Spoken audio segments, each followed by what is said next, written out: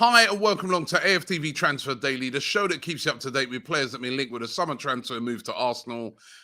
First of all, congratulations going out to the team. 1-0 winners yesterday at Crystal Palace. A really hard fought win. We really had to dig in. We were in the trenches for a big portion of that second half after the sending off of Tomiyasu, which, by the way, I thought that was a bit of a ridiculous second yellow card. But we dug in, and I think that's the sort of game that maybe a couple of seasons ago we wouldn't have won. But we've got a steely determination to us now. I thought Declan Rice was brilliant on the day. Is what we brought him in for these type of games where, you know, he broke up play brilliantly in midfield, but also his distribution was great. His driving with the ball, really, really impressive performance by Declan Rice. Eddie Nketiah as well. Played well, won the penalty. All right, I know he could have scored possibly a couple of goals, but I thought he was excellent as well, coming in for Gabriel Jesus. And all round, a really, really good performance by Arsenal and a massive, massive 3 points. And off to a good start of the season so far, 2 in 2. So that's really, really looking good. One of the things I was looking for yesterday was who was going to be in the squad. Remember I spoke about this yesterday. Now, at the start of the game, first of all, I started seeing all these rumours about Gabriel linking in with a move to Saudi Arabia. Then when I saw him not in the squad, I was like, what's going on? You know what I mean?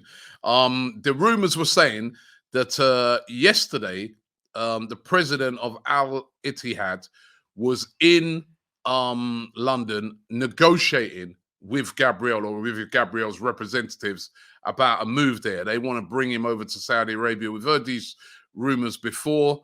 There's also been rumors linking him with a move to Real Madrid. They're interested in him to replace Militao, who's out long-term with an injury this season. And when I didn't see him starting, I was thinking, is this tactical? Because we did it in the last game, you know, low block team, play free at the back, you know, have Partey out on the right instead of, you know, sort of, you know, having the back four against a team that's going to sit deep.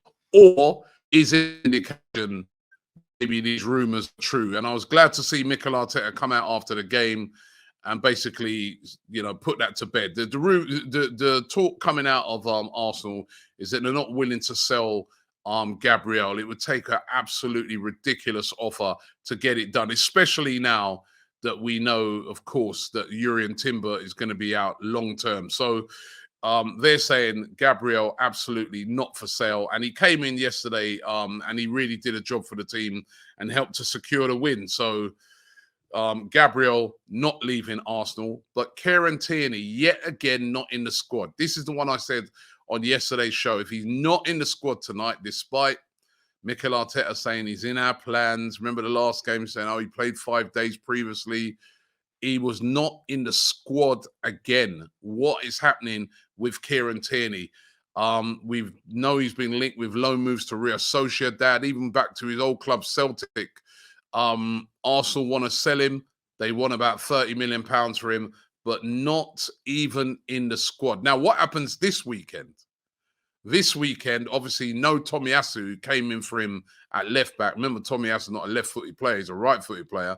He came in for him at left back.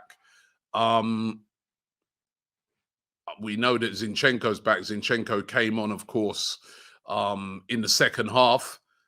But if Kieran Tierney is not in that squad on Saturday, you know he's definitely... Listen, he's definitely out anyway. He's not figured in the squad of the first 2 games. And that just shows you that's a manager, basically, that's saying, we don't want you to get injured because we want to move you on. So we'll have to wait and see what happens with the Kieran Tierney situation. We'll find out soon because the transfer window closes very soon on the 1st of September. Nicolas Pepe. This one was fascinating for me. A rumour yesterday that Mikel Arteta requested a meeting with him to discuss his long-term future. And that Arsenal possibly may do a U-turn on Pepe and are discussing the possibility of reintegrating him back into the Arsenal squad. Now, it's all been down that he's going to be sold. We've seen him linked with various different clubs, linked with move to Saudi Arabia, but he doesn't want to go there. There was a Besiktas, but apparently that's gone quiet as well. Could Arsenal bring Pepe back into the squad? Obviously, if Saka was out, that would be a problem on that right-hand side. So could they bring Pepe back? Should they bring Pepe back? I'd like to know from you guys, bring Pepe back or sell him? What do you think Arsenal should do? This one was interesting yesterday. Ivan Toney, I don't know if you saw it, he was giving a talk on Diary of a CEO podcast.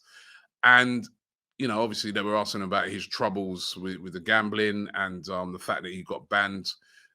We all know that he's out until January of next year. Now, he was being asked about his favorite team. He said his favorite team's Liverpool, but the team he's always loved watching is Arsenal. Arsenal's a team he's always enjoyed watching.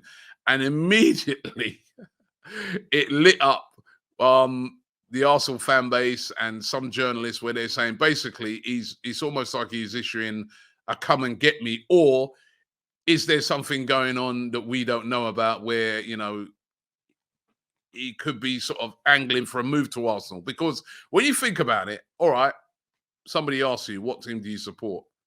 Just say Liverpool, don't you? But he made sure he got in there that Arsenal was the team he used to love watching play. Arsenal was the team that... Now, if you support Liverpool, you just say you support Liverpool.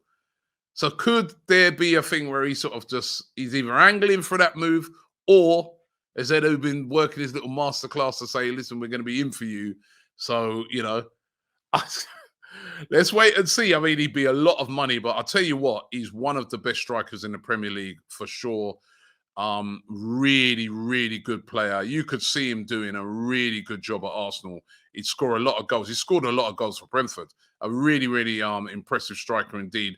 Valued at around about £35 million. I think that's the current valuation just because of this ban. Once that ban's over and he's back playing football, surely he'd be up in the 60, 70 million pound mark at least. Brentford would want a lot of money from a real key player. But very interesting from Ivan Toney yesterday. Didn't have to say that. Also, there was rumours emerging yesterday from transfer.com where they're saying that Arsenal's number one target is Evan Ferguson. Now, they realised that they're not going to be able to go for the Brighton striker this summer. But he's their number one target for next summer's transfer window. Evan Ferguson, Irish international already, only 18, already scoring goals on a regular basis for Brighton, has already scored this season. I think there'll be a lot of clubs interested. This is not going to be another Brighton masterclass with this kid. They've signed him down to a long-term contract. Valuation currently around about 30 million, but there's rumours that Brighton would only entertain about 100 million, right, when it comes to this player. And we know Brighton get the money that they want. So, but interesting that Arsenal really, really interested in Evan Ferguson. Of course, we've got a striker of our own. And what's happening with him? Again, not in the squad. So we know he's going to be on the move. Of course, I'm talking about following Balogun. Rumours that Chelsea have agreed terms with Balogun. That's what the rumours are saying. However, they've still yet to negotiate a deal with Arsenal. Now, should Arsenal be selling Chelsea Balogun if these rumours are true? Again, another question I want to put out there to you guys. Fulham are also really, really interested in signing Balogun. Of course, they've lost Mitrovic, but they did get a lot of money in for him. Arsenal wanting about £50 million. Could they come forth with a suitable bid?